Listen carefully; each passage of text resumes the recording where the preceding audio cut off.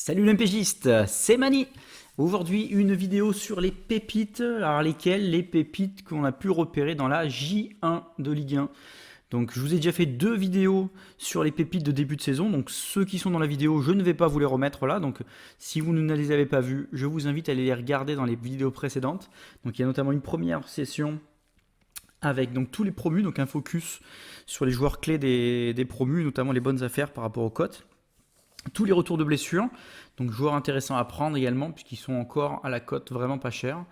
Et là, on va après la deuxième vidéo, c'était sur tous les joueurs vraiment avec une cote basse, notamment les joueurs qui ont été prêtés, qui sont revenus au club, les transferts, donc tous les joueurs intéressants sur lesquels vous allez pouvoir faire soit des plus-values, soit tout simplement vous allez pouvoir gonfler votre attaque et vos milieux, et vous allez pouvoir prendre un peu pour compléter des petits joueurs comme ça pour faire du banc pas cher, ça c'est vraiment le top.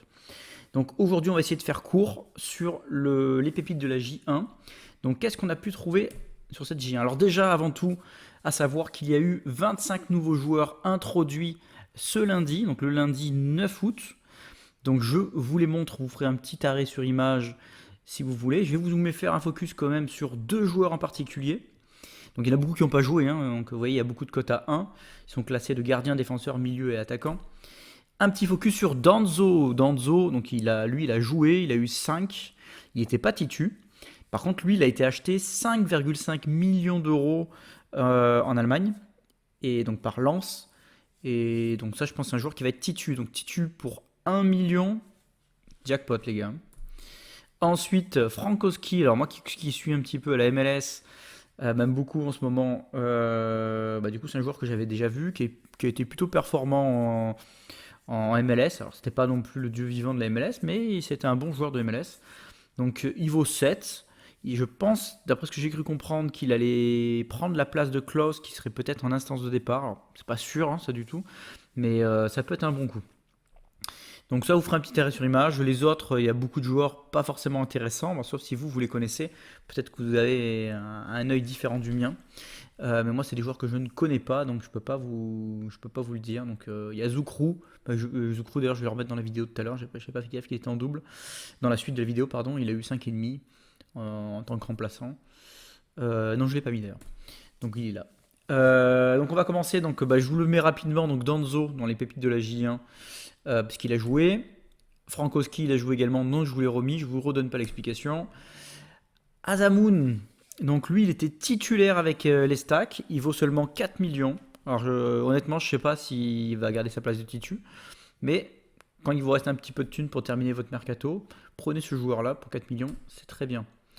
Le Koné qui était à Lyon, il a été prêté il y a très peu de temps à l'Estac.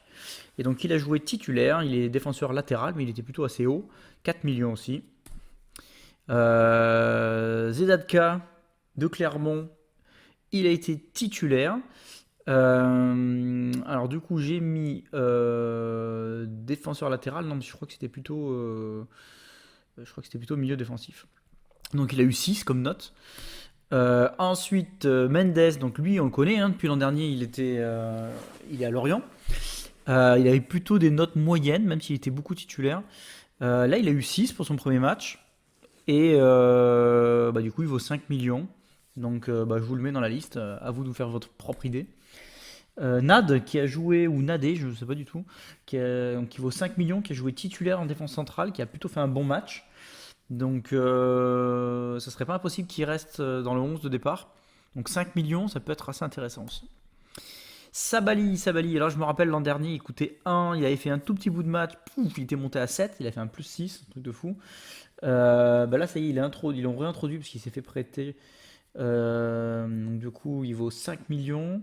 Il a fait son premier match titulaire. Donc, un attaquant, si vous êtes en manque d'attaquant, vous êtes en mode expert, il reste plus grand chose. Regardez s'il ne reste pas le petit Sabali qui traîne, on sait jamais. Ensuite, Makwana, 1 million. Donc, lui, il nous a fait une entrée en jeu. Donc, minimum, il va prendre plus 2. Par contre, si c'est pour garder à long terme dans une équipe, je ne sais pas s'il aura vraiment sa place. Ensuite, Lukeba, défenseur central de Lyon. Alors, il y avait alors le Belge, je ne sais plus comment il s'appelle, j'ai des trous de mémoire en ce moment, qui était absent. Bon, j'arrive plus à me rappeler son nom, mais peu importe. Du coup, il a joué titulaire, il vaut 1. Donc, si vous cherchez la plus-value, ça peut être pas mal. Après, ce qui va rester titulaire, je ne pense pas. Ensuite, Liadji. Mais je peux me tromper, je suis pas spécialiste de Lyon. Liadji, 5 millions. Donc, lui, on le connaît bien. L'an dernier, il avait vraiment très très peu de temps de jeu. Là, il est rentré, il a mis une petite passe décisive. Il vaut 5 millions. À mon avis, il va quand même jouer un peu plus cette année dans la rotation, parce que si c'est pour jouer comme l'an dernier, autant se refaire prêter, autant se faire prêter.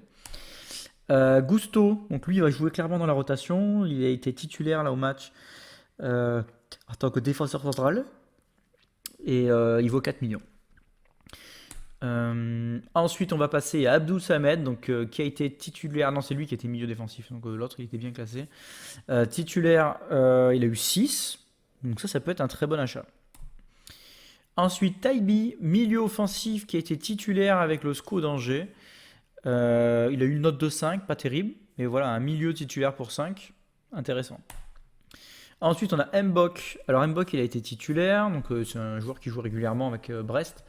Il a eu 6 en plus, et ce qu'on peut noter, c'est que Belkebla, il s'est blessé pendant le match. Donc, je ne sais pas s'il était parti pour être titulaire à long terme, mais là, du coup, avec la blessure de Belkebla, je n'ai pas vu la durée de la disponibilité, mais il peut avoir sa petite place.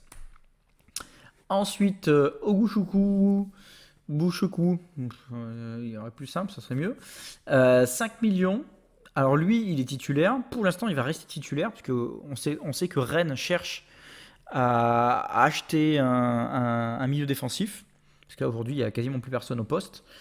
Et du coup, lui, pour l'instant, il joue. Ensuite, Koscielny, bon là on le connaît bien. 7 millions, un joueur quand même clé de Bordeaux. Moi, je pense que ça s'achète aussi, même s'il n'a pas eu un très bon premier résultat.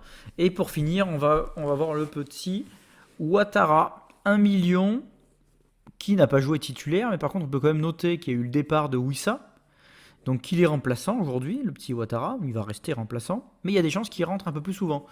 Donc, pour 1 million, moi je dis que ça peut s'acheter. Voilà pour les petites pépites, j'espère que ça vous a intéressé. Si ça vous a plu, n'hésitez pas à me rejoindre sur les réseaux sociaux, sur Twitter, sur Facebook, et également de mettre votre petit commentaire et un petit pouce vers le haut, ça augmente l'intérêt des vidéos, et du coup moi ça me fait plaisir. Donc je vous souhaite à tous de très bonnes parties MPG, de très bons mercato, et en attendant Messi, faites vos petits achats, on ne sait jamais. Allez, bonne soirée les loups.